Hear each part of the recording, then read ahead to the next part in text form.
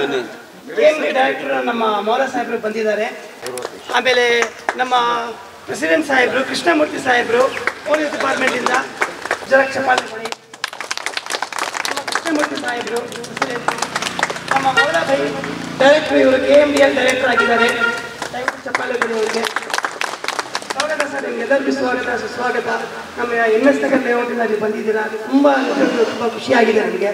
ಕರ್ನಾಟಕ ರಕ್ಷಣಾ ವೇದಿಕೆ ಅಂತ ಸಂಘ ಮಾಡಿದ್ದೀರಲ್ಲ, ಈ ಸಂಘ ಮಾಡಿದ್ರೆ ಏನಕ್ಕೋಸ್ಕರ ಮಾಡಿದ್ದೀರಾ, ಇದರ ಅಡ್ವಾಂಟೇಜ್ ಏನಿದೆ ನಮಗೆ ಅಂತ ತುಂಬ ಜನ ಕೇಳ್ತಿದ್ರು.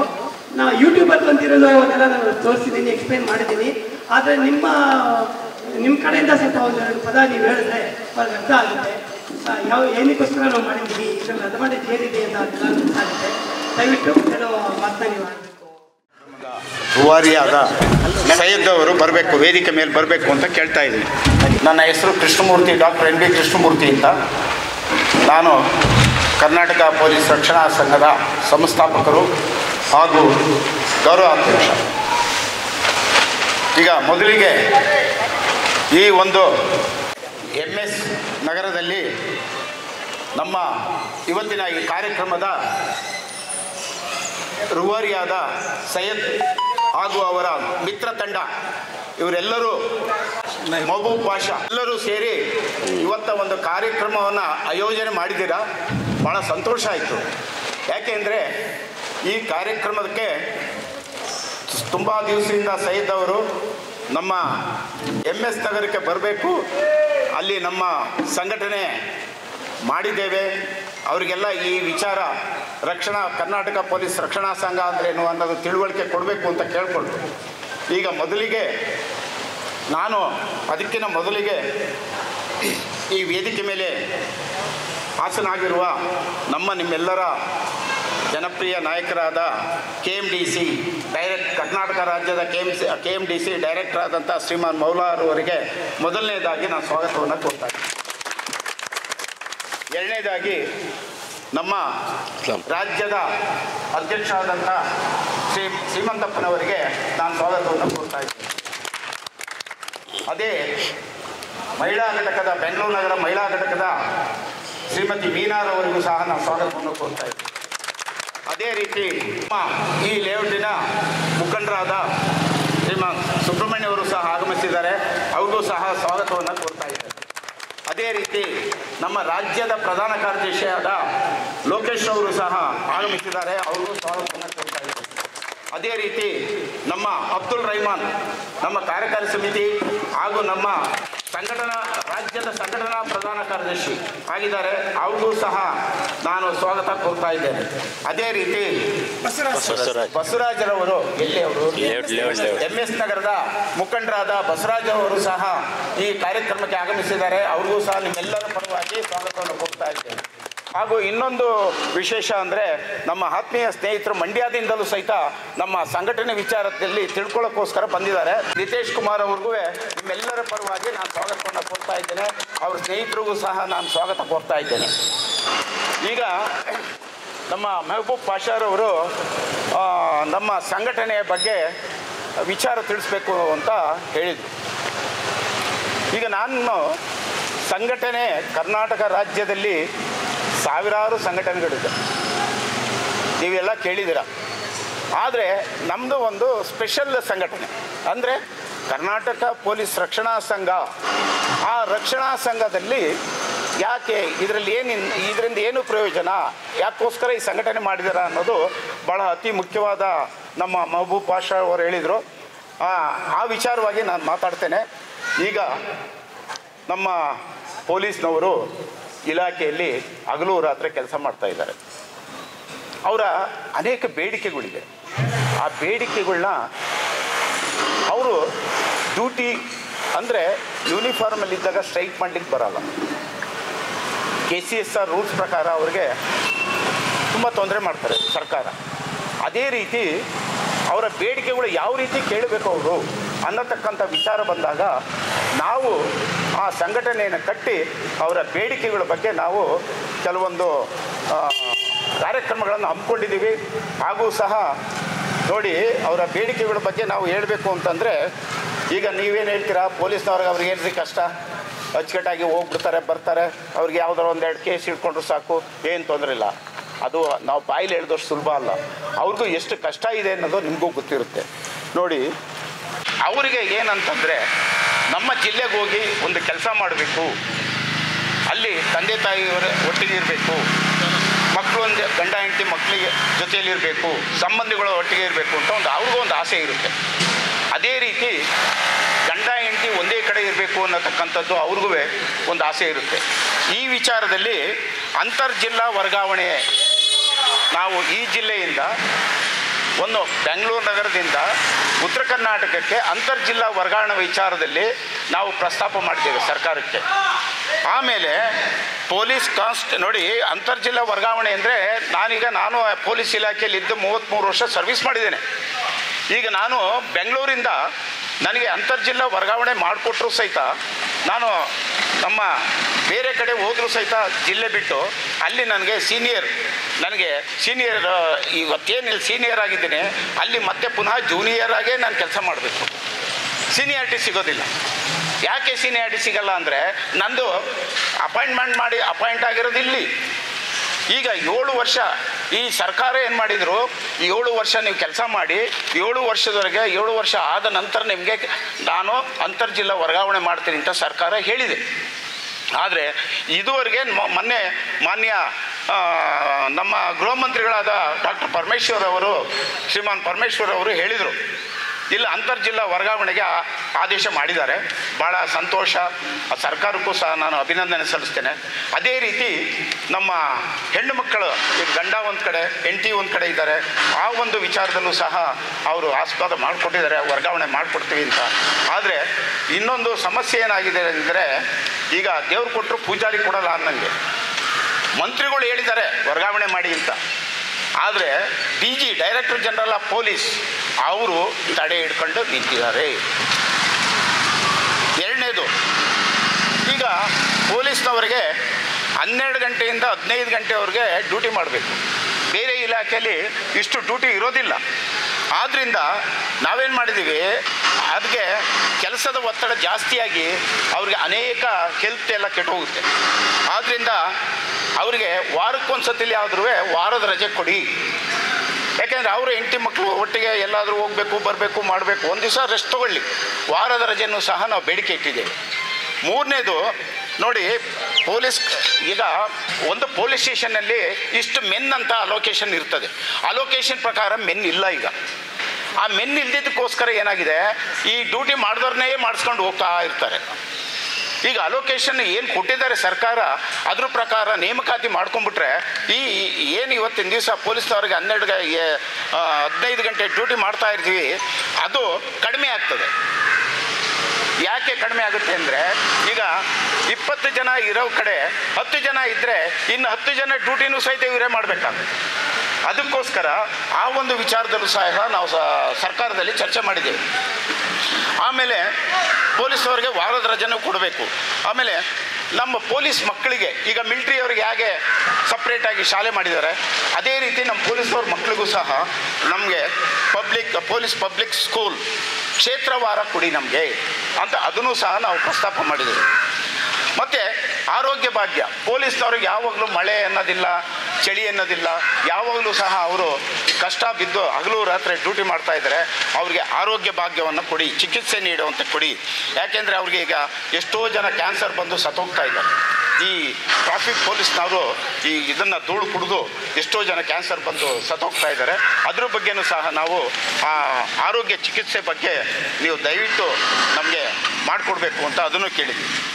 ಆಮೇಲೆ ನಮ್ಮ ಈ ಸರ್ಕಾರ ಚುನಾವಣಾ ಪ್ರಣಾಳಿಕೆಯಲ್ಲಿ ಹೆಚ್ಚುವರಿಯಾಗಿ ರಾತ್ರಿ ಗಸ್ತು ಯಾರು ಮಾಡ್ತಾರೆ ರಾತ್ರಿ ಗಸ್ತು, ಅವ್ರಿಗೆ ಹೆಚ್ಚುವರಿಯಾಗಿ 5,000 ರೂಪಾಯಿ ಹಣ ಕೊಡ್ತೇನೆ ಅಂತ ಹೇಳಿದ್ದಾರೆ. ಇದುವರೆಗೂ ಸರ್ಕಾರ ಅದನ್ನು ಬಿಡುಗಡೆ ಮಾಡಿಲ್ಲ. ಅದನ್ನು ಸಹ ಒಂದು ನಮ್ಮ ಬೇಡಿಕೆಯಲ್ಲಿ ಇಟ್ಟಿದ್ದೇವೆ. ಅದೇ ರೀತಿ ಈಗ ಹಬ್ಬ ಹುಣ್ಣಿಮೆ ಯಾವುದೇ ಹಬ್ಬ ಬರಲಿ, ಈಗ ನಮ್ಮ ಹಿಂದೂಗಳದ್ದು ಬರಲಿ, ಮುಸ್ಲಿಮ್ಸ್ ಬರಲಿ, ಕ್ರೈಸ್ತರು ಬರಲಿ, ಯಾವುದೇ ಹಬ್ಬ ಹುಣ್ಣಿಮೆ ಬಂದರೂ ಸಹಿತ ಎಲ್ಲ ಒಟ್ಟಾಗಿ ಕೆಲಸ ಮಾಡ್ತಾಯಿದ್ದಾರೆ.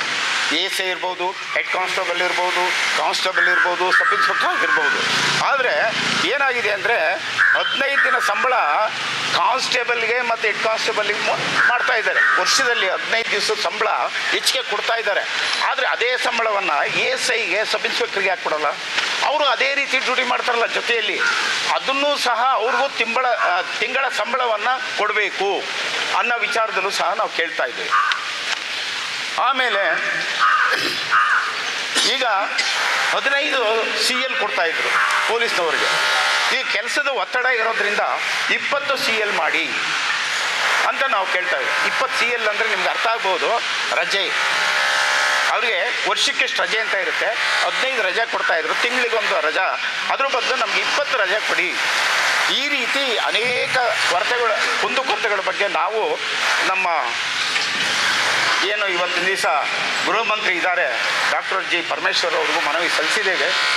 ಆದರೆ ಅದನ್ನು ಸ್ಪಂದಿಸಿ ನಾವು ಒಂದೊಂದಾಗಿ ಮಾಡಿಕೊಡ್ತೇವೆ ಅಂತ ಹೇಳಿದ್ದಾರೆ. ಭಾಳ ಸಂತೋಷ ಆಯಿತು. ಆದರೆ ಇದುವರೆಗೂ ಮಾಡಿಲ್ಲ. 2 ಮಾಡಿದ್ದಾರೆ. ಒಂದು ಅಂತರ್ಜಿಲ್ಲಾ ವರ್ಗಾವಣೆ, ಇನ್ನೊಂದು ಗಂಡ ಹೆಂಡತಿ ವರ್ಗಾವಣೆ. ಆದರೂ ಸಹಿತ DG ಅವರು ಇದನ್ನು ಸರಿಯಾಗಿ ಮಾಡ್ತಾಯಿಲ್ಲ. ಈಗ ನಾವು ಪೊಲೀಸ್ನವ್ರು ಕೇಳೋಕ್ಕೆ ಹೋದರೆ ಪೊಲೀಸ್ನವ್ರು ಹೇಳ್ತಾರೆ, ನನಗೆ ದಿವಸ ಫೋನ್ಗಳು ಬರ್ತಾಯಿದ್ದಾವೆ, ಸರ್ ಏನಾಯ್ತು ಸರ್ ಅಂತರ್ಜಿಲ್ಲಾ ವರ್ಗಾವಣೆ, ಸರ್ ಗಂಡ ಹೆಂಡತಿ. ಮೊನ್ನೆ ಮುತ್ತಮ್ಮ ಅಂತ ಪಾಪ ಆ ಅಮ್ಮ ಫೋನ್ ಮಾಡಿದ್ರು ಚಿತ್ರದುರ್ಗ, ಸರ್ ನನ್ನ ಗಂಡ ಅಲ್ಲಿದ್ದಾರೆ, ನಾನು ಇಲ್ಲಿದ್ದೀವಿ. ಆಯ್ತಮ್ಮ, ನಿಮ್ಮ ಗಂಡ ಯಾವ ಇಲಾಖೆಯಲ್ಲಿದ್ದಾರಮ್ಮ? ಪ್ರೈವೇಟ್. ನಾನು ಒಂದೇ ಮಾತು, ಪ್ರೈವೇಟಲ್ಲಿದ್ದರೆ ಅದು ಆಗಲ್ಲಮ್ಮ. ಯಾಕೆಂದರೆ KCSR ರೂಲ್ಸ್ ಪ್ರಕಾರ ರಾಜ್ಯ ಸರ್ಕಾರದಲ್ಲಿ ನೌಕರಿಯಾಗಿದ್ದರೆ ಒಂದೇ ಕಡೆ ವರ್ಗಾವಣೆ ಮಾಡ್ತಾರೆ. ಆದ್ದರಿಂದ KCSR ರೂಲ್ಸ್ ಪ್ರಕಾರ ಈ ಥರ ಇದೆ ಅಂತ ಹೇಳಿ, ಆಯ್ತಮ್ಮ ಒಂದು ಸತಿ ಹೋಮ್ ಮಿನಿಸ್ಟ್ರಿಗೆ ಸಹಿತ ಬನ್ನಿ ಕರ್ಕೊಂಡು ಹೋಗ್ತೀನಿ, ಅವ್ರು ಮನಸ್ಸು ಮಾಡಿದ್ರೆ ಆಗುತ್ತೆ. ಈಗ ರಾಜಕೀಯದಲ್ಲಿ ಯಾರು ಮನಸ್ಸು ಮಾಡಿದ್ರೆ ಆಗ್ತಾರೆ ಇರಲ್ಲ, ಪ್ರೈವೇಟಲ್ಲೇ ಇದ್ದರೂ ಸಹಿತ ಮಾಡ್ಬೋದು, ಮಾಡಬಾರ್ದು ಅಂತ ಇಲ್ಲ. ಈ ರೀತಿ ನಮ್ಮ ಪೊಲೀಸ್ನವರ ಅನೇಕ ಸಮಸ್ಯೆಗಳ ವಿಚಾರದಲ್ಲಿ ನಾವು ಈ ದಿವಸ ಕರ್ನಾಟಕ ಪೊಲೀಸ್ ರಕ್ಷಣಾ ಸಂಘ ಅಂತ ಮಾಡಿಕೊಂಡು ಅವರಿಗೆ ಬೆನ್ನೆಲುಬಾಗಿ ನಾವು ನಿಂತಿದ್ದೇವೆ. ಅವರಿಗೆ ರಕ್ಷಣೆ ಕೊಡೋದಲ್ಲ. ರಕ್ಷಣಾ ಸಂಘ ಅಂದರೆ ಅವ್ರಿಗೇನು ಕುಂದುಕೊರತೆ ಇದೆ ಇವತ್ತಿನ ದಿವಸ, ಅವರಿಗೆ ಬೀದಿಯಲ್ಲಿ ಬಂದು ಕುಂದುಕೊರತೆಗಳನ್ನ ಕೇಳೋಕ್ಕಾಗಲ್ಲ. ಈಗ ಸ್ಟ್ರೈಕ್ ಮಾಡಲಿಕ್ಕಾಗಲ್ಲ. ಸ್ಟ್ರೈಕ್ ಮಾಡಿದರೂ ಸಹಿತ ನಾಳೆ ದಿವಸ ಅವರನ್ನು ಅರೆಸ್ಟ್ ಮಾಡ್ತಾರೆ, ಕೇಸ್ ಹಾಕ್ತಾರೆ, ಸಸ್ಪೆಂಡ್ ಮಾಡ್ತಾರೆ, ಡಿಸ್ಮಿಸ್ ಮಾಡ್ತಾರೆ. ನಾನು ಇದೇ ವಿಚಾರವಾಗಿ BJP ಸರ್ಕಾರ ಇದ್ದಾಗ ನಾನು ಇದು ಫ್ರೀಡಮ್ ಪಾರ್ಕಲ್ಲಿ ಇದ್ದಾಗ ಈ ವಿಚಾರವಾಗಿ ದೊಡ್ಡ ಮಟ್ಟದಲ್ಲಿ ಸ್ಟ್ರೈಕ್ ಮಾಡಲಿಕ್ಕೆ ನಾನು ಅನುಮತಿ ತೊಗೊಂಡೆ. ಅದು ಉಪ್ಪಾರಪೇಟೆ ಪೊಲೀಸ್ ಸ್ಟೇಷನ್ಸ್ ಇರುತ್ತೆ. ಆವಾಗ ಅನುಮತಿ ತೊಗೊಂಡಾಗ ನಾನು ಎಲ್ಲರಿಗೂ ಇಂಥ ದಿವಸ ಸ್ಟ್ರೈಕ್ ಇದೆ ಬನ್ನಿ ಅಂತ ಹೇಳಿದೆ. ಆಯಿತು ಅಂತ ಒಪ್ಕೊಂಡ್ರು. ಆದರೆ ನಮಗೆ ACP ಕರೆದುಬಿಟ್ಟು, ಸರ್ ನೀವು ಸ್ಟ್ರೈಕ್ ಮಾಡಬೇಡಿ, ದಯವಿಟ್ಟು ಸರ್ಕಾರಕ್ಕೆ ತೊಂದರೆ ಆಗುತ್ತೆ, ಅದ್ರ ಬದಲು ನೀವು ಮನವಿ ಪತ್ರ ಕೊಡಿ. ನಂದು ACP ಅವರು ನನಗೆ ಕರೆದು ಹೇಳಿದ ಮೇಲೆ ನಾನು ಆಲ್ರೆಡಿ ಶಾಮಿಯಾನಕ್ಕೆ ಹಣ ಕೊಟ್ಟಿದ್ದೇನೆ, ಆಮೇಲೆ ಫುಡ್ಡಿಗೆ ಇದು ಕೊಟ್ಟಿದ್ದೇನೆ, ಹಣ ಕೊಟ್ಟಿದ್ದೇನೆ, ಚೇರ್ಗಳಿಗೆ ಹಣ ಕೊಟ್ಟಿದ್ದೇನೆ, ವಾಟ್ರಿಗೆ ಹಣ ಕೊಟ್ಟಿದ್ದೇನೆ. ಇವೆಲ್ಲ ಯಾರು ಸರ್ ಕೊಡೋದು?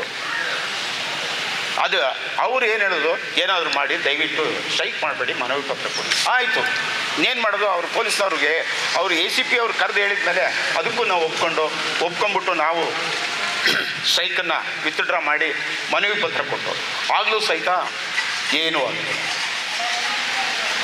ಈಗ ನಮ್ಮ ಬೆಳಗಾವಿ ನಗರದಲ್ಲಿ ಅಧಿವೇಶನ ನಡೀತು.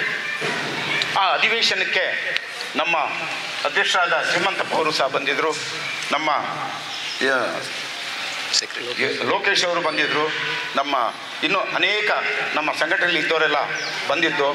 ನಾವು ಹೋದಾಗ ಅಲ್ಲೇನಾಗಿದೆ, ನಮ್ಮ ಹನುಮಂತಪ್ಪ ಕಬ್ಬಾರ್ ಅಂತ ಅವರನ್ನು ಉತ್ತರ ಕರ್ನಾಟಕದಲ್ಲಿ ಹಾವೇರಿ ಜಿಲ್ಲಾ ಅಧ್ಯಕ್ಷ ಮಾಡಿ, ತುಂಬ ಹೋರಾಟಗಾರ ಮನುಷ್ಯ.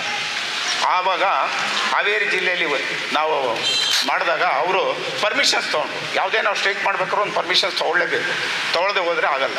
ಪರ್ಮಿಷನ್ಸ್ ತೊಗೊಂಡ್ರು. ನಾವು ಎಲ್ಲ ಹೋದ್ದು, ರಾಣಿಬೆನ್ನೂರೆಲ್ಲ ಹಾಲ್ಟಾಗಿದ್ದು. ಅದೇನಾಗಿದೆ, ಬೃಹತ್ ಪ್ರತಿಭಟನೆ ಅಂತ ಹಾಕ್ಬಿಟ್ಟಿದ್ದಾರೆ ಅವರು. ಅದೇನಾಗಿದೆ, CM ಅವ್ರಿಗೂ ಎಲ್ಲರಿಗೂ ತಲುಪಿಬಿಟ್ಟು, ನೋಡ್ರಿ ಏನಾದರೂ ಮಾಡಿ ಆ ಸ್ಟ್ರೈಕ್ ತಡೆಯಿರಿ ಅಂತ ಅಂತ ಆದೇಶ ಬಂದಿದೆ.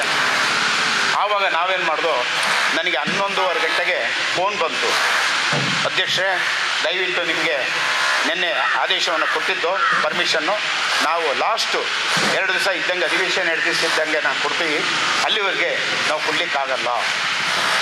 ಮತ್ತು ನೀವು ಎಷ್ಟು ಜನ ಇದ್ದೀರೋ? ನಾವು ಹೇಳೋದು ನಾವು 300ರಿಂದ 500 ಜನ ಇದ್ದೀವಿ. ಹಾಗಾದ್ರೆ ಬೆಳಿಗ್ಗೆ ಬನ್ನಿ, ನಮ್ಮ ಕಚೇರಿಗೆ ಬನ್ನಿ, ಮಾತಾಡೋಣ. ಆವಾಗ ನಾವು ಒಂದು 15-20 ಜನ ಅವರ ಕಚೇರಿಗೆ ಹೋದಾಗ ನಮಗೆ ಚೆನ್ನಾಗಿ ನೋಡಿಕೊಂಡ್ರು. ಮಾತ್ರ ಟೀ ತರಿಸ್ಕೊಡೋದು, ಕಾಫಿ ತರಿಸ್ಕೊಡೋದು. ಅಲ್ಲೇ ಅಕ್ಕಪಕ್ಕ ನಮ್ಮ ಪೊಲೀಸ್ನವ್ರಿಗೆ ತುಂಬ ಸಂತೋಷ ಆಯಿತು. ನಮ್ಮ ಬಗ್ಗೆ ಒಂದು ಬೇಡಿಕೆಗಳನ್ನ ಇಟ್ಟಿದ್ದಿರಲ್ಲ ಸರ್, ಭಾಳ ಹೆಮ್ಮೆ ಅಂತ ಅವ್ರು ಸಂತೋಷ ಪಡ್ತಾ ಇದ್ದರೆ, ನಮ್ಮ ACP ಅವರು ಕರೆದು ಎಲ್ಲ ಕೊಟ್ಟು ಅವರು ಒಂದೇ ಮಾತು ಹೇಳಿದರು, ಸರ್ ನಾನು ಇಲ್ಲೇ ಊಟ ಎಲ್ಲ ತರಿಸ್ಕೊಡ್ತೀನಿ, ನೀವು ಇಲ್ಲೇ ಊಟ ಮಾಡಿ ಇಲ್ಲೇ ಕೂತ್ಕೊಳ್ಳಿ. ಆವಾಗ ನಮಗೆ ಗೊತ್ತಾಯಿತು ಇವರು ಅರೆಸ್ಟ್ ಮಾಡ್ತಾರೆ.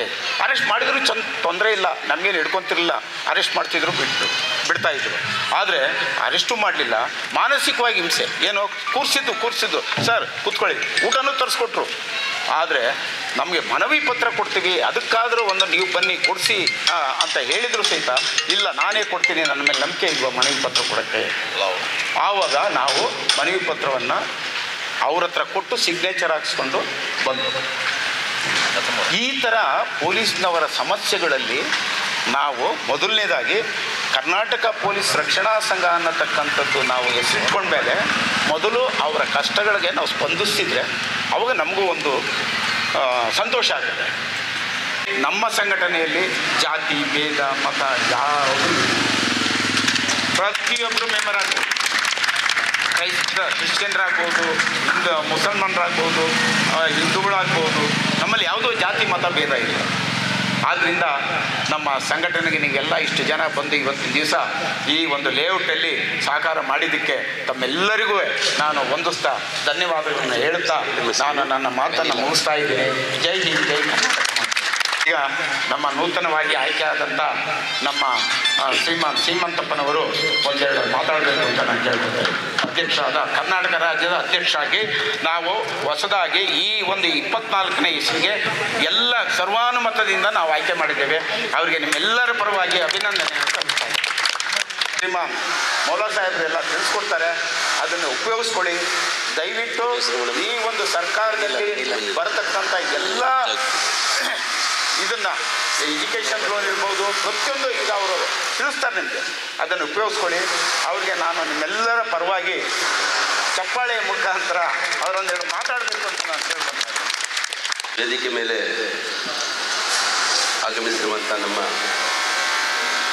ಪೊಲೀಸ್ ರಕ್ಷಣಾ ಸಂಘಟನೆಯ ಗೌರವಾಧ್ಯಕ್ಷರಾದ ನಮ್ಮ ಕೃಷ್ಣಮೂರ್ತಿ ಸಾಹೇಬ್ರೆ ಹಾಗೂ ಅಧ್ಯಕ್ಷರಾದ ಸೀಮಂತಪ್ಪ ಅವರೇ ಹಾಗೂ ನಮ್ಮ ಮೀನಾ ಮೇಡಮ್ ಅವರೇ, ಲೋಕೇಶ್ ಸರ್ ಅವರೇ, ವಿನೀತಾ ಮೇಡಮ್ ಅವರೇ ಹಾಗೂ ರೆಹಮಾನ್ ಅವರೇ ಹಾಗೂ ಶಿವಕುಮಾರ್ ಸಾಹೇಬ್ರೆ, ನಮ್ಮ ಲೋಕೇಶ್ ಅವರೇ, ಪ್ರೇಮಾ ಮೇಡಮ್ ಅವರೇ, ಇವತ್ತು ಈ ವೇದಿಕೆ ಅಂದರೆ ಬಹಳ ದಿನಗಳಿಂದ ನಮ್ಮ ಸೈಯದ್ ಅವರು ಈ ವೇದಿಕೆ ಒಂದು ಮಾಡಬೇಕಂತ ತುಂಬ ದಿನದಿಂದ ಕೇಳ್ತಾ ಇದ್ರು. ಆದರೆ ಆ ಶುಭ ಕಾರ್ಯ ನಿಮ್ಮೆಲ್ಲ ನಾಗರಿಕರಿಂದ ಈ MS ಪಾಳ್ಯದಲ್ಲಿ ಆಗಿದೆ ಅಂದರೆ ತುಂಬ ನನಗೆ ಸಂತೋಷವಾಗ್ತಾ ಇದೆ. MS ನಗರ್ ಯಾಕಂದರೆ ಇವತ್ತು ಈ ಪೊಲೀಸ್ ರಕ್ಷಣೆ ಸಂಘಟನೆಯ ಬಗ್ಗೆ ನಮ್ಮ ಗೌರವಾಧ್ಯಕ್ಷರು ಹಾಗೂ ಅಧ್ಯಕ್ಷರು ಹೆಚ್ಚಿನ ವಿಷಯಗಳನ್ನು ನಿಮ್ಮನ್ನು ತಿಳಿಸಿದ್ದಾರೆ. ಇದು ತುಂಬ ಸಂತೋಷವಾಗ್ತದೆ. ಯಾಕೆ ಅಂದರೆ ಇವತ್ತು ಒಂದು ಮಾಮೂಲಿ ಕಾರ್ಡ್ ಮಾಡ್ಕೋಬೇಕಂದ್ರೂ ಹೋಗ್ಬೇಕು, ಒಂದು ಅಧಿಕಾರಿಗಳ ಹತ್ರ ಸಹಕಾರದ ಸರ್ಕಾರಿ ಕೆಲಸ ಯಾವುದೇ ಕೆಲಸ ಇದ್ರೂ ಮಾಡ್ಬೇಕಂದ್ರೆ ಮುಖ ನೋಡಿದ್ರೆ ಆಚೆ ಹೋಗಪ್ಪ ಸ್ವಲ್ಪ ಹೊತ್ತು ಆಮೇಲೆ ಬರಪ್ಪ ಅಂತಾರೆ. ಇವತ್ತು ಏನ್ ನಿಮ್ಗೆ ಈ ಕಾರ್ಡ್ ಇವ್ರು ಕೊಟ್ಟಿದ್ದಾರೆ, ಈ ಕಾರ್ಡು ನೀವು ತೋರಿಸಿದ್ ಸಾಕು ಫಸ್ಟ್ ನಿಮ್ಮನ್ನ ಚೇರಾಕ್ತಾರೆ. ಯಾಕೆ ಹೇಳಿ? ಇವ್ರು ಯಾರೋ ವಿದ್ಯಾವಂತರು, ಇವ್ರು ಯಾರೋ ಸಮಾಜ ಸೇವಕರು, ಇವ್ರು ಯಾರೋ ಬಡವರಿಗೋಸ್ಕರ ಸ್ಪಂದಿಸುವಂಥ ನಾಗರಿಕರು. ಇವ್ರನ್ನ ನಾವು ಫಸ್ಟು ಕೂಡಿಸೋಣ, ಇವ್ರ ವಿಷಯ ತಿಳಿಯೋಣ. ಶೇರ್ ಹಾಕಿ ಕೂಡಿಸ್ತಾರೆ. ಯಾವುದೇ ಸರ್ಕಾರಿ ಕೆಲಸಕ್ಕೆ ಹೋಗಿ ನೀವು, ನಿಮಗೆ ಒಳ್ಳೆ ಗೌರವ ಸಿಗ್ತದೆ. ಇವತ್ತು ಈ ಬಡಾವಣೆಗೆ ಬಂದು ನಮ್ಮ ಅಧ್ಯಕ್ಷರು ಈ ಕಾರ್ಡ್ ವಿತರಿಸ್ತಾ ಇದ್ದಾರೆ ಅಂದರೆ ನನಗೆ ಅದಕ್ಕೆ ಮುಖ್ಯ ಕಾರಣ ಸೈಯದ್ ಅಂಡ್ ಗ್ರೂಪ್ ರವರು ಹಾಗೂ ಮೆಹಬೂಬ್ ಪಾಚಾರವರನ್ನೇ ಕೇಳಕ್ಕೆ ಬಯಸ್ತೀನಿ ನಾನು. ಪ್ರತಿಯೊಂದು ವಿಷಯಕ್ಕೂ ಯಾರಾದರೂ ಒಬ್ಬರು ಒಳ್ಳೆಯವರು ಇರಲೇಬೇಕು. ಆದರೆ ಇವತ್ತು ಈ ಬಡಾವಣೆಗೆ ಇಲ್ಲಿ ಕರೆದು ಇವತ್ತು ಈ ಕಾರ್ಯಕ್ರಮ ಕೊಟ್ಟಿದ್ದಾರೆ. ಯಾಕಂದ್ರೆ ಇವರು, ನಾನು ಅವ್ರಿಗೆ ಗ್ರೇಟ್ ಅನ್ನೇ ಕೇಳಕ್ಕೆ ಬಯಸ್ತೀನಿ. ಇಡೀ ಕರ್ನಾಟಕದ 32 ಜಿಲ್ಲೆಗಳಲ್ಲೂ ನಮ್ಮ ಸಂಘಟನೆ ಬೆಳೆದಿದೆ. ಉತ್ತರ ಕರ್ನಾಟಕ ಹೋಗಿ ನೀವು ಈ ಕಡೆ ಮಂಡ್ಯ, ಮದ್ದೂರು, ಮೈಸೂರು, ಚಾಮರಾಜನಗರ, ಪಿರಿಯಾಪಟ್ಟಣ, ನಿಮ್ಮ ಮಡಿಕೇರಿ, ಸಕಲೇಶ್ಪುರ, ಆ ಥರ ಬಾಗಲಕೋಟೆ, ದಾವಣಗೆರೆ, ಬೆಳಗಾಮು, ಈ ಕಡೆ ಹೊಸಕೋಟೆ, ಚಿಕ್ಕಬಳ್ಳಾಪುರ, ದೊಡ್ಡಬಳ್ಳಾಪುರ, ಬಾಗೇಪಲ್ಲಿ, ಕೋಲಾರ, ಎಲ್ಲ ಕಡೆನೂ ಸಂಘಟನೆಗಳು ಇವತ್ತು ಬೆಳೆದಿದೆ. ನಮ್ಮದು ಸಾವಿರಾರು ಜನ ಈ ಮುಖಾಂತರ, ಕಾರ್ಡ್ ಮುಖಾಂತರ ಬಂದು ಆಗಮಿಸ್ತಾ ಇದ್ದಾರೆ ನಮ್ಮ ಸಂಘಟನೆ. ಈ ಸಂಘಟನೆ ಒಂದು ಉನ್ನತ ಮಟ್ಟದಲ್ಲಿ ಹೋಗೋದಕ್ಕೆಲ್ಲ ಕಾರಣ ನೀವೇ ನಾಗರಿಕರು, ನೀವೇ ಆ ಕಾರ್ಡಿನ ಹಕ್ಕುದಾರರು. ಇವತ್ತು ಈ ಕಾರ್ಡು ಇಷ್ಟು ಬೆಳೆದು ಇವತ್ತು ನಾವು ಈ ವೇದಿಕೆಯಲ್ಲಿ ಕೂತ್ಕೊಂಡಿದ್ದೀವಿ ಅಂದರೆ ನೀವೇ ಕಾರಣ. ಅದಕ್ಕೆ ನಾನು ನಿಮ್ಮನ್ನ ಏನು ಹೇಳಕ್ಕೆ ಬಯಸ್ತೀನಿ ಅಂದರೆ, ನೋಡಿ, ಇವತ್ತು ಹಲವಾರು ಕೆಲಸಗಳಿರ್ತವೆ.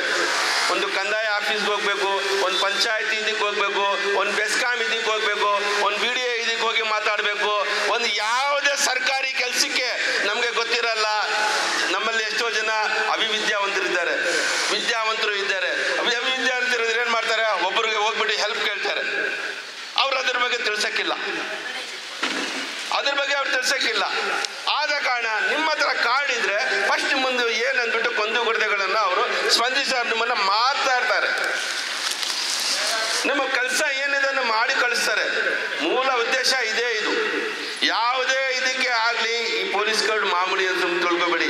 ಈ ಬಡಾವಣೆದು ಯಾವುದೇ ಕೆಲಸ ಆಗಲಿ ಪೊಲೀಸಿಂದ ಆಗ್ತದೆ. ಒಂದು ನೋಡಿ, ಈಗಾಗಲೇ ನೋಡಿ, ಇಡೀ ರಾಜ್ಯದೆಲ್ಲೆಡೆ ಇವತ್ತು ಒಂದು 15ರಿಂದ 20 ವರ್ಷದ ಹುಡುಗರು ಈ ಗಾಂಜಾ ಚಟುವಟಿಕೆಗಳಲ್ಲಿ, ಅಫೀಮ್ ಅಂತ ಅದು ಯಾವ್ದಾವುದೇ ಈ ನೈಜೀರಿಯಾದಿಂದ ಬಂದಿದ್ದಾರೆ.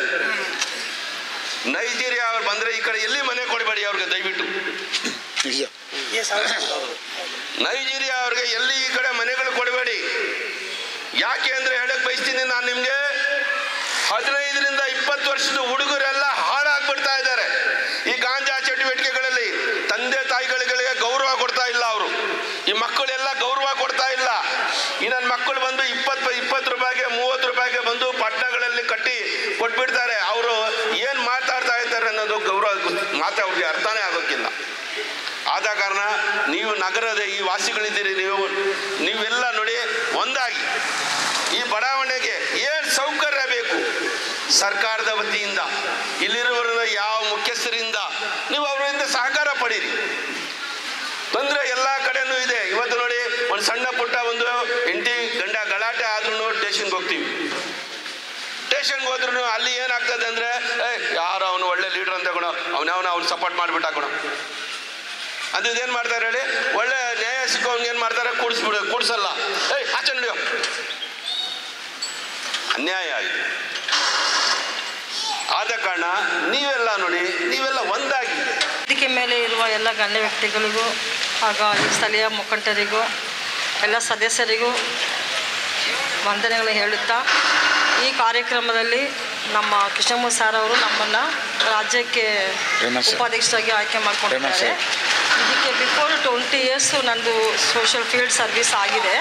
20 ವರ್ಷ ಅಂದರೆ ಸ್ಟಾರ್ಟಿಂಗು ಕರ್ನಾಟಕ ಸಾಕ್ಷರ ಸಮಿತಿ ಅಂತ ಎಜುಕೇಷನ್ ಬೋರ್ಡ್ ಇದೆ, ಅದರಲ್ಲಿ ಫೀಲ್ಡ್ ಆಫೀಸರಾಗಿ ಕೆಲಸ ಮಾಡ್ತಾಯಿದ್ವಿ. ಅದು ಕಾರಣ ಬಂದು ಅನಕ್ಷರಸ್ಥರಿಗೆಲ್ಲ ಅಕ್ಷರ ಕಳಿಸ್ಕೊಡ್ಬೇಕಂತ. ಅದೇ ಮುಖ್ಯ ಪಾತ್ರ ನಂದು ಬೆಂಗಳೂರಲ್ಲಿ ನಾನು ತಮಿಳಿಯನ್ಸ್ ಹೆಮ್ಮೆಯಿಂದ ಹೇಳ್ಕೊಡ್ತಾ ಇದ್ದೀನಿ. ಎಲ್ಲ ಮುಸ್ಲಿಮ್ಸು ತಮಿಳಲ್ಲಿ ಕನ್ನಡ ಓದಬೇಕಂತ ಹಠ ಮಾಡಿ 120 ಲೈಬ್ರರಿ ಓಪನ್ ಮಾಡಿ 2000 ಜನಕ್ಕೆ ಮೇಲೆ ನಾವು ಕನ್ನಡ ಅಕ್ಷರ ಹೇಳ್ಕೊಟ್ಟಿದ್ದೀವಿ. ಸೊ ಅದಕ್ಕೆ ಕಲೆಕ್ಟರ್ ಮೇಡಮಿಂದ ನಮಗೆ ಅವಾಗ ಅವಾರ್ಡ್ ಸಿಕ್ತು. ಬೆಂಗಳೂರಲ್ಲಿ ಒಂದು ಮಿನಿ ಪ್ರಾಜೆಕ್ಟ್ ಅಂತ ಓಪನ್ ಮಾಡಿದ್ರೆ ನನ್ನ ಹೆಸರೇ ಬರ್ತೀವಿ, ನೀಲಾ ಮೇಡಮ್ ಅಂತ. ಸೊ 2000 ಜನಕ್ಕೆ ಮೇಲೆ ಕನ್ನಡ ಓದಬೇಕಂತ ಅಕ್ಷರ ಹೇಳ್ಕೊಟ್ಟಿದ್ದೀವಿ. ಆಮೇಲೆ ನಮ್ಮದು ಮುಖ್ಯ ನನ್ನ ಬಗ್ಗೆ ಸ್ವಲ್ಪ ಹೇಳ್ತೀನಿ, ಯಾಕಂದರೆ ನಿಮ್ಗೆ ಏನಾದ್ರು ಹೇಳಬೇಕಂದ್ರೆ ನಮ್ಮನ್ನ ಮುಖಾಂತರ ನೀವು ಹೆಲ್ಪ್ ಪಡ್ಕೊಬೋದಂತ. ಮತ್ತು ನಾವು ಸುಮಾರು 1500 ಮೇಲೆ ಮೆಡಿಕಲ್ ಕ್ಯಾಂಪ್ಸ್ಗಳು ಮಾಡಿದ್ದೀವಿ, ಅಂದರೆ ಮೆಗಾ ಕ್ಯಾಂಪ್ಸು. ನಿಮ್ಮಲ್ಲಿ ಇವಾಗ ಕೂಡ ಯಾರಿಗೂ ಯಾವ ಪ್ಲೇಸಲ್ಲಿ ಇದ್ದರೂ ಕೂಡ ದೊಡ್ಡ ಆಪ್ರೇಷನ್ಸು ಇಲ್ಲ ಮೆಡಿಕಲ್ ಟ್ರೀಟ್ಮೆಂಟ್ಸು ಇಲ್ಲ ಆಪ್ರೇಷನ್ ಹಾಸ್ಪಿಟ್ಲ್ ಫ್ರೀ ಮಾಡಬೇಕು, ಬಡವರಾಗಿದ್ದಾರೆ ಹೆಲ್ಪ್ ಮಾಡಬೇಕು ಅಂದರೆ ಮೆಡಿಕಲ್ ಫೀಲ್ಡಲ್ಲಿ ಯಾವೇ ಕಾರಣಕ್ಕೂ ಖಂಡಿತ ನೀವು ನಮ್ಮ ಸಂಘಟನೆ ಕಾಂಟ್ಯಾಕ್ಟ್ ಮಾಡಿದರೆ ನಮ್ಮ ಮುಖಾಂತರ ನಿಮಗೆ ಆದಷ್ಟು ನಾವು ಫ್ರೀ ವ್ಯವಸ್ಥೆ ಮಾಡೋಕ್ಕೆ ರೆಡಿಯಾಗಿದ್ದೀವಿ. ಮತ್ತು ಎಜುಕೇಷನ್ ಸಂಬಂಧಪಟ್ಟಂಗೆ ಮಕ್ಕಳಿಗೆ ಎಜುಕೇಷನ್ ಕೊಡೋಕ್ಕೆ ಆಗ್ತಿಲ್ಲ ಅನ್ನೋದು ಪೇರೆಂಟ್ಸ್ ಇದ್ದಾರೆ, ಬಡವರಾಗಿದ್ದರೆ ಅಂಥವ್ರಿಗೆ ಖಂಡಿತ ನಾವು ಎಜುಕೇಷನ್ಸ್ಗೆ ಫ್ರೀ ಹೆಲ್ಪ್ ಮಾಡ್ತಾ ಇದ್ದೀವಿ. ಸೀನಿಯರ್ ಸಿಟಿಸನ್ ಇದ್ದರೆ ಅವರಿಗೆ ಹಾಸ್ಪಿಟ್ಲಿಗೆ ಸೇರಿಸೋದು, ಹೋಮ್ಸಿಗೆ ಸೇರಿಸೋದು, ನಾನಾ ರೀತಿ ಸಮಾಜ ಸೇವೆ ಅಂತ ನಿಮ್ಮ ಕಣ್ಮುಂದೆ ಏನೇ ಇದ್ರೂ ಖಂಡಿತ ನೀವು ನಮ್ಮ ಸಂಘಟನೆ ಮುಖಾಂತರ ನಾವು ಮಾಡೋಕ್ಕೆ ರೆಡಿ ಇದ್ದೀವಿ. ನೀವು ನಮ್ಮ ನಂಬರ್ಗಳು ಪಡ್ಕೊಬೋದು, ಸಾರ್ ಕೊಡ್ತಾರೆ. ಆ ನಂಬರ್ ಪಡ್ಕೊಂಡು ನೀವು ನಮ್ಮ ಸೈಯದ್ ಅವ್ರಿಗೆ ಇನ್ಫಾರ್ಮೇಷನ್ ಮಾಡಿದರೆ ನಾವು ಖಂಡಿತ ಹೆಲ್ಪ್ ಮಾಡ್ತೀವಿ. ಮತ್ತು ಇನ್ನೊಂದು, ಈ ಸಂಘಟನೆಯಲ್ಲಿ ಮುಖ್ಯವಾಗಿ ಒಗ್ಗಟ್ಟು ಇರಬೇಕು. ನಾವು ಈಗ ಹ್ಯೂಮನ್ ರೈಟ್ಸಲ್ಲಿ ಸ್ಟೇಟ್ ಅಧ್ಯಕ್ಷರಾಗಿದ್ದು ವೆನಿಲಾ ಮೇಡಮ್ ಅಂದರೆ 1000 ಜನ ಮೇಡಮ್ ಒಬ್ಬರಿದ್ರೆ ಸಾಕು ಅಂತಾರೆ. ಕಾರಣ ನಾವು ಸಂಘಟನೆ ಬೆಳೆಸ್ತಾ ಇದ್ದೀವಿ. ಅದನ್ನು ನೋಡಿ ಸಾರ್ ನಮಗೆ ಇವಾಗ ಇದರಲ್ಲಿ ರಾಜ್ಯ ಉಪಾಧ್ಯಕ್ಷ ಪೋಸ್ಟ್ ಕೊಟ್ಟಿದ್ದಾರೆ. ಸೊ ಖಂಡಿತ ಇದರಲ್ಲಿ ಕೂಡ ನನ್ನದು ಸಪೋರ್ಟ್ ಇದೆ. ಅದೇ ಥರ ಇದರಲ್ಲಿ ಕೂಡ ನಾವು ನಿಮ್ಗೆ ಏನು ಬೇಕು ಸೇವೆ ಮಾಡೋಕ್ಕೆ ರೆಡಿ ಇದ್ದೀವಿ. ನಮ್ಮದು ಸೇವೆ ಜನರ ಸೇವೆ ಅಂದಂಗೆ ನಾವು ಯಾವಾಗ 24 hours ನನ್ನ ಫೋನ್ ಕೂಡ ಸ್ವಿಚ್ ಆಫ್ ಮಾಡಲ್ಲ. ನಂಬರ್ ತೊಗೊಂಡು ಯಾವ ವಿಷಯದಲ್ಲಿ ನಿಮ್ಗೆ ಏನು ಆಪತ್ತು ಬಂದರೂ ಸರಿ, ಏನೇ ಉಪಾಯ ಬೇಕಂದ್ರೂ ಕೇಳಬೇಕು ಅಂದರೆ ಖಂಡಿತ ನೀವು ನಮ್ಮನ್ನು ಕಾಂಟ್ಯಾಕ್ಟ್ ಮಾಡ್ಬೋದು ಸೈಯದ್ ಸರ್ ಮುಖಾಂತರ. ಸೊ ಈ ಒಂದು ಕಾರ್ಯಕ್ರಮ ನಿಮಗೆಲ್ಲ ಒಂದು ಯೂಸ್ ಆಗುತ್ತೆ. ಯಾಕಂದರೆ ಅಲ್ಲಿ ಇರೋರೆಲ್ಲ ಯಾರು ಸಾಧಾರಣವರೆಲ್ಲ, ಇದರಲ್ಲಿ ನಮ್ಮ ಸಂಘಟನೆ ಇರೋರು ಎಲ್ಲ ಕಡೆ ಒಂದೊಂದು ರೀತಿಯಲ್ಲಿ ದೇವರು ಮಕ್ಕಳು ಅಂತ ಹೇಳ್ಬೋದು. ಯಾಕಂದರೆ ಎಲ್ಲರೂ ಒಂದೊಂದು ರೀತಿಯಲ್ಲಿ ಸಹಾಯ ಮಾಡೋರೇ ಇದ್ದಾರೆ ಇದರಲ್ಲಿ. ಸೊ ನಿಮಗೆಲ್ಲ ಇದೊಂದು ದೊಡ್ಡ ಅನುಕೂಲ ಆಗುತ್ತೆ. ಈ ಅನುಕೂಲ ಆಗೋದಕ್ಕೆ ಕಾರಣವಾಗಿದ್ದ ಸೈಯದ್ ಸರ್ಗೆ ದೇವರು ಹೆಚ್ಚೆಚ್ಚಾಗಿ ಆಶೀರ್ವಾದ ಮಾಡಬೇಕು ಅಂತ ಹೇಳುತ್ತಾ ಈ ಕಾರ್ಯಕ್ರಮ ನಮ್ಮನ್ನು ಬರಮಾಡಿಕೊಂಡು ಎಲ್ರಿಗೂ ನಾನು ಧನ್ಯವಾದ ಹೇಳ್ತಾ ನಾನು ಮಾತು ಮುಗಿಸ್ತೇನೆ. ಜೈ ಭೀಮ್, ಜೈ ಕರ್ನಾಟಕ. ಮೇಡಮ್